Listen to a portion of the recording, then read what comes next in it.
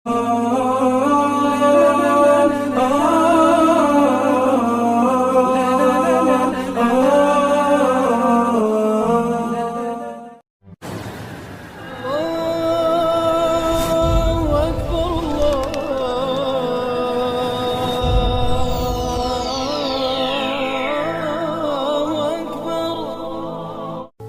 dunia, apapun yang kita inginkan itu harus melalui mujahadah, melalui ikhtiar.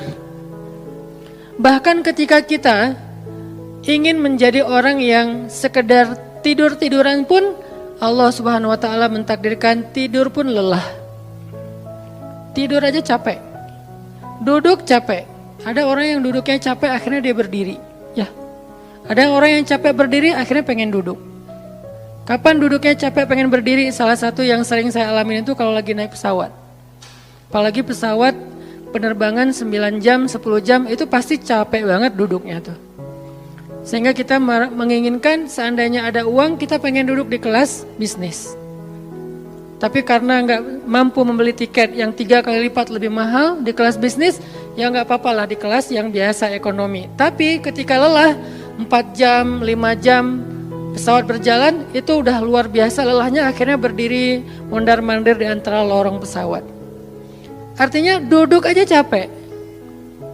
Nggak ngapa-ngapain, suruh duduk doang. Nggak seperti orang dulu yang berangkat haji atau umroh naik kapal, lewat darat, pas sampai di laut naik kapal dengan ontanya, dengan kudanya. Orang dulu mencari ilmu itu dengan mujahadah yang luar biasa. Dengan naik onta berminggu-minggu, ini naik pesawat cuma 9 jam, capek. Yang nggak ada guncangan, biasanya guncangannya cuma pas di awal sama pas mau landing doang. Di atas udah jarang ada guncangan karena dengan ketinggian tertentu dan pesawatnya besar. Tapi itu juga capek. Naik kereta coba, dari Jawa ke Bandung misalnya. Sebutlah dari Semarang, dari Malang, dari Surabaya naik kereta. 10 jam, itu aja capek. Nggak usah jauh-jauh, Bandung Jakarta aja 3,5 jam, itu pun capek. Atau kita naik mobil, nggak perlu nyetir, pakai online, duduk aja di belakang atau di sebelahnya si driver. Perjalanan setengah jam dari tempat kerja kita ke rumah atau dari rumah ke tempat kerja, ke kampus, ke sekolah gitu. Itu aja capek. Artinya dunia itu emang kayak gitu tabiatnya teman-teman. Tabiat dari dunia itu adalah lelah. Sehingga kalau ada orang yang menghindari capek dengan tidak ngapa-ngapain, itu hal yang agak klise dan naif. Bagaimana dia bisa menghindari lelah? Bagaimana dia bisa menghindari ta'ab? Bagaimana dia bisa menghindari bosan? Bagaimana dia bisa menghindari dalam keadaan susah payah? Sedangkan dia masih berada di sebuah tempat, bumi, dunia yang tabiatnya memang tempat bersusah payah dan lelah. Satu-satunya cara menghindari lelah yang tidak perlu lagi bersusah payah itu hanyalah masuk surga. Tetapi kan itu tidak terjadi sekarang, kita harus meninggal dulu dan kita belum mau. Ada yang mau meninggal masuk surga sekarang? Kalau dijamin sih insya Allah ya, masalahnya nggak ada jaminan. Kalau para sahabat enak, mereka dapat jaminan. Surga Bilal, sebelum Bilal meninggal, Rasulullah udah bilang, bima sabaktani ilal jannah ya Bilal. Dengan apa kamu mendahului aku ke surga wahai Bilal? Dengan wudu dan sholat syukur wudu. Begitu juga nanti ada sahabat lain yang dijamin masuk surga bighairi hisab wala azab. Salah satunya adalah Ukasyah. Kalau kita tidak ada jaminan apapun di akhirat, kecuali berikhtiar dan bermujahadah untuk bisa mendapatkan kebaikan sebanyak mungkin di sisi Allah. Sehingga alangkah naifnya seseorang yang menghindar dari ta'ab wal ham wal gham. Dia berusaha menghindar dari lelah, menghindar dari susah payahnya kehidupan, menghindar dari beban-beban hidup. Itu gak bisa dilakukan karena kita masih berada di dunia. Yang perlu kita sekarang coba pilih adalah kita mau lelah untuk hal yang sia-sia? Apakah kita mau lelah untuk hanya bersenda gurau?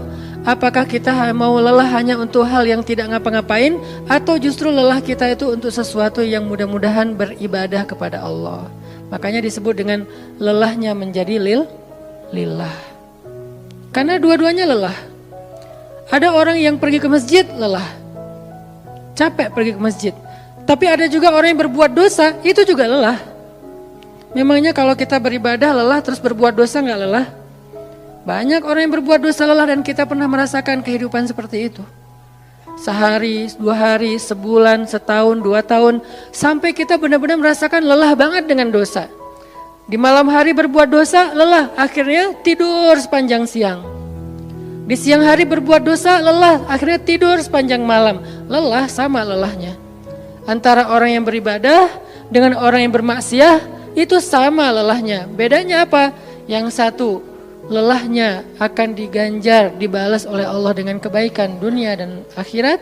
Yang satu lagi, lelahnya hanya akan disudahi dengan penyesalan. Sama-sama lelah. Bedanya, lelah yang pertama mungkin baru dirasakan hasilnya setelah itu. Lelah yang kedua seolah-olah bisa langsung dirasakan kesenangannya, tetapi kesudahannya adalah penyesalan.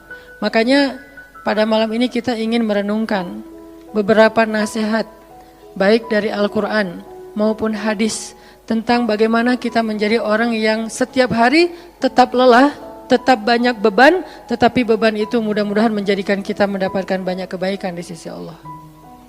Makanya Nabi SAW bersabda dalam hadis riwayat Bukhari dan Muslim, "An-nasu ka'ibili mi'ah, la takadu tajidu fiha rahilatan." Manusia itu seperti 100 ekor onta. Manusia ka'ibili mi'ah, seperti 100 ekor onta. Yang harganya murah 50 juta, yang hidupnya untuk disembelih pada akhirnya nahar, disembelih. Onta itu kan kalau disembelih sambil dia berdiri ya. Kalau ayam, bebek disembelih sambil dipegangin atau diangkat. Kalau kambing dan sapi dibaringkan. Kalau onta disembelih itu sambil diberdirikan. Dia berdiri langsung disembelih. Itu onta. Artinya manusia ka'ibili mi'ah. Nabi itu menggambarkan onta karena onta ini punya banyak macam. Mungkin di Arab nggak ada ayam yang bermacam-macam. Akhirnya pakai bahasanya onta. Kalau di kita mungkin ada ayam potong, ada ayam kampung, dan segala macam, ada ayam jago. Kalau bebek ada mentok, ada apa? Bebek yang biasa, macam-macam kan. Di Arab mungkin gak terlalu banyak variannya dan gak terlalu akrab dengan kehidupan sehari-hari mereka. Yang akrab itu kambing, kuda, keledai, onta. Akhirnya Nabi mengatakan, "An-nasu ka'ibili mi'ah." Nabi seolah-olah mengambil sebuah perumpamaan. Dan perumpamaan ini bisa kita ganti dengan culture yang berbeda di setiap negara. Tetapi perumpamaan yang paling baik itu adalah onta. An-nasu ka'ibili mi'ah. Manusia itu seperti 100 ekor onta ibil. Onta potong. Yang hidupnya hanya untuk disembelih oleh tuannya, kemudian dagingnya dimakan atau dijual.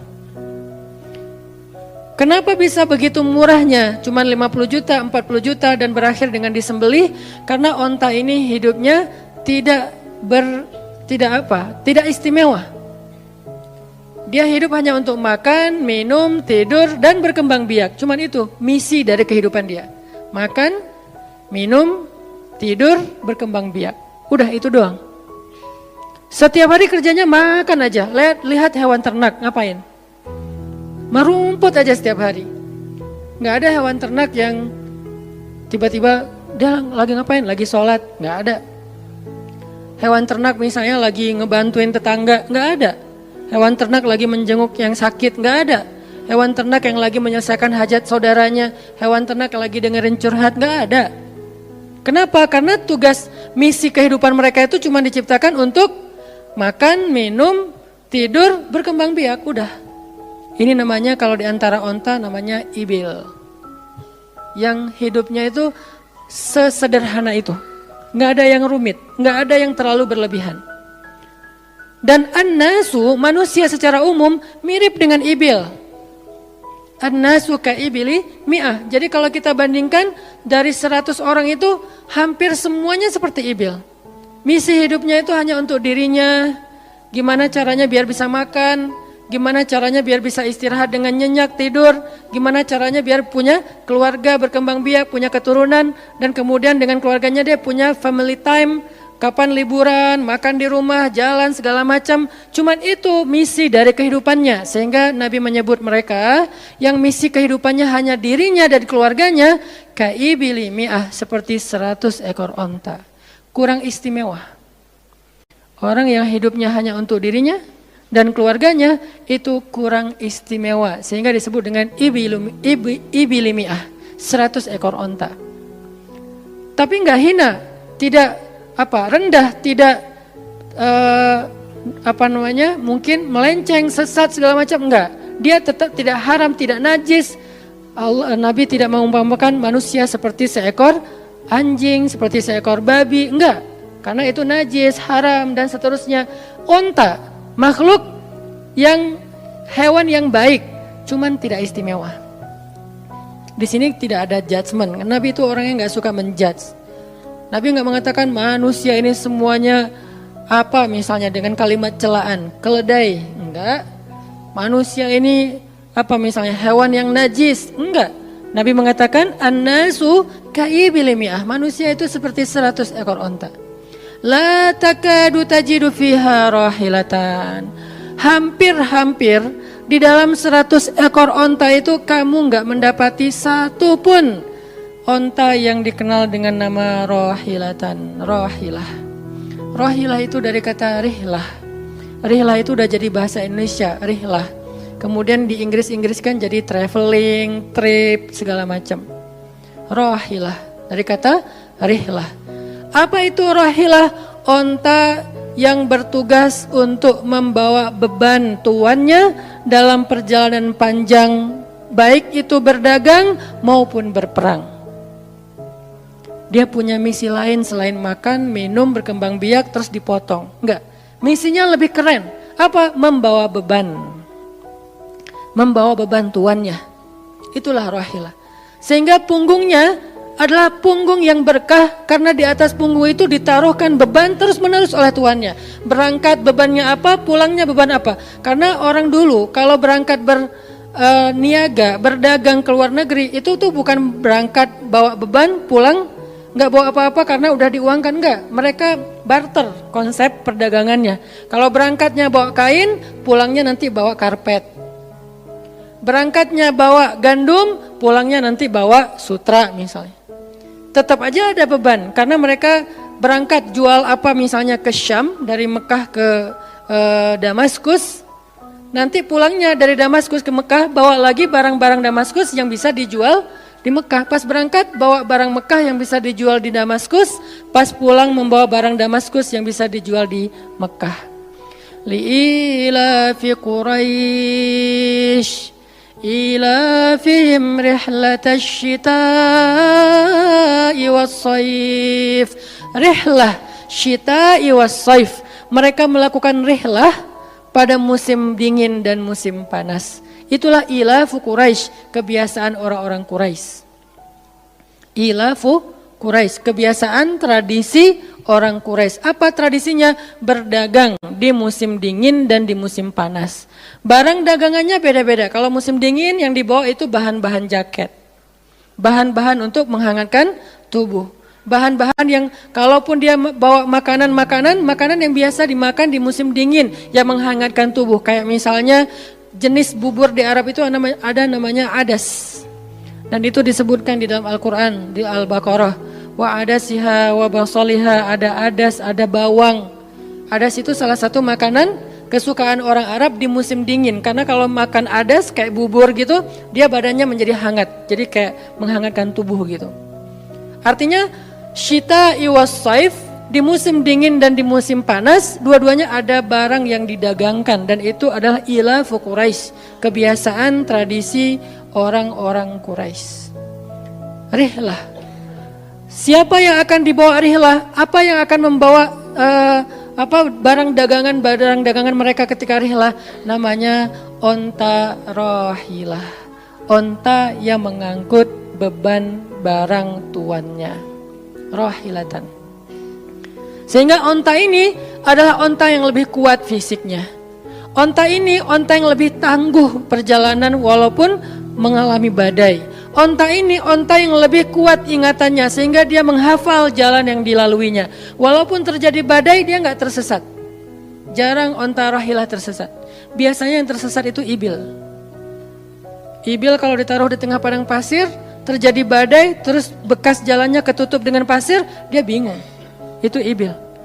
Sehingga kalau kita baca cerita-cerita tentang orang yang tersesat di padang pasir, rata-rata istilahnya kalau nggak jamal ya ibil. Kalaupun ada onta rahilah yang tersesat, berarti badainya parah banget. Kalau ada hadis onta rahilah tersesat, berarti badainya parah banget. Artinya rahilah ini ingatannya kuat. Dia kalau lewat satu jalan, setahun kemudian lewat lagi dia masih hafal. Itu rahilatan. Dalam teknologi sekarang kita nyebutnya dengan map. Ada banyak platform aplikasi map digital yang membuat kita bisa menghafal jalan.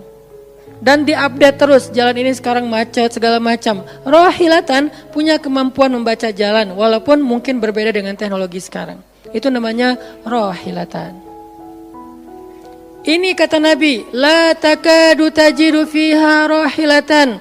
Manusia itu seperti 100 ekor onta. Dan di antara 100 ekor onta itu, atau 100 orang itu, hampir kamu tidak mendapati satupun yang bernama rahilatan, yang mampu mengangkat beban lebih. Sehingga di sini Nabi SAW seolah-olah mengajarkan kita, memotivasi kita agar belajar menjadi rahilah.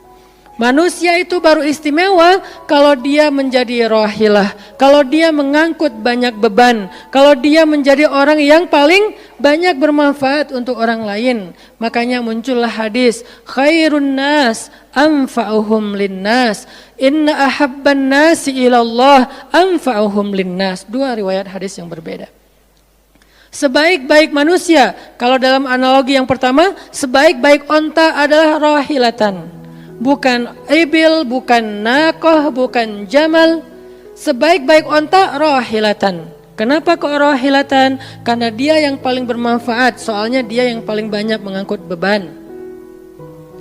Sehingga dengan analogi tentang onta rahilah, kita menerjemahkan hadis khairun nas, sebaik-baik manusia dengan istilah khair.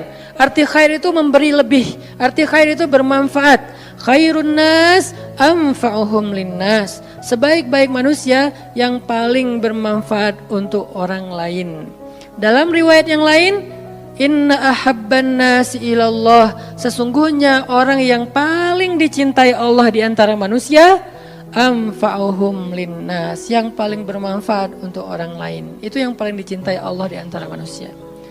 Muncul lagi hadis yang mirip, inna ahabbal a'mali ilallah sururun tudkhiluhu ala qalbi muslim. Sesungguhnya perbuatan, amal soleh, aktivitas, pekerjaan yang paling disukai Allah di antara yang kita lakukan dalam kehidupan sehari-hari adalah membahagiakan hati orang lain.